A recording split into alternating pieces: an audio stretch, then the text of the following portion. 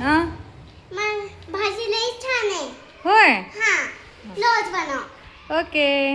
आता विदू कोणत्या भाजीबद्दल बोलते ना हे तुम्हाला पुढे कळेलच, पण त्याआधी मी तुम्हाला माझं आजचं मॉर्निंग रुटीन शेअर करते.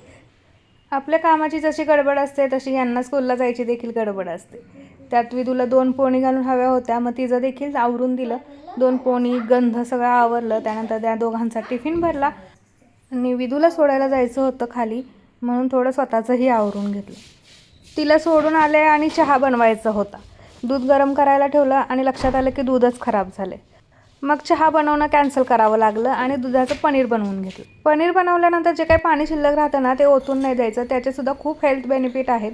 त्यामुळं त्याचं जे पाणी आहे ते चपातीचं कणिक मळण्यासाठी वापरायचं.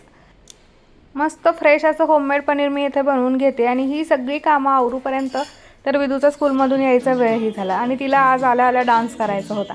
मग ते देखील थोडंसं शूट केलं आणि मस्त असं पनीर टिक्का बनवला. मी रेसिपी लवकरच शेअर करणार आहे. तोपर्यंत तुम्ही चॅनल सबस्क्राईब करून ठेवा. पुन्हा भेटू. काळजी घ्या. बाय.